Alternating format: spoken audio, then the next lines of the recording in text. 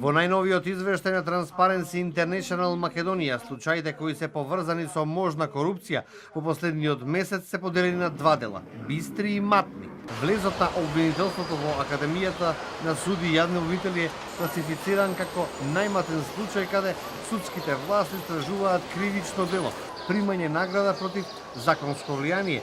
Во извештајот на оваа невладина организација која редовно објавува истражувања поврзани со борбата против корупцијата, може да се забележи дека под лупа се ставени и анкетните листови на пратениците, каде е констатирано дека неколкумина не си ја завршиле домашната задача, односно не го доставили извештајот како движен и недвижен имот поседуваат. Не значи дали е поголема или помала корупцијата. Може би тоа значи дека во одреден период повеќе се обзнанува, односно повеќе се гони корупцијата. Она што може да се види како тенденција во последните извештаи е дека бројот отприлика е ист како и претходно.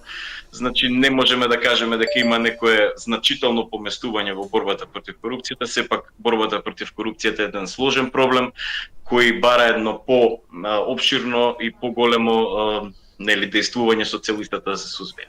Така наречените бистри случаи во извештајот на Transparency се однесуваат на активности на истражителите во однос на несовесно работење и злоупотреба на службена положба. Во последниот извештај на Европската комисија се констатира дека постои распространета корупција без напредок во судството, прекумерна употреба на европското знаменце и политичка поларизација. Според индексот на перцепција на корупцијата за ланската година, Македонија е рангирана на 76-то место од 180 држави во светот.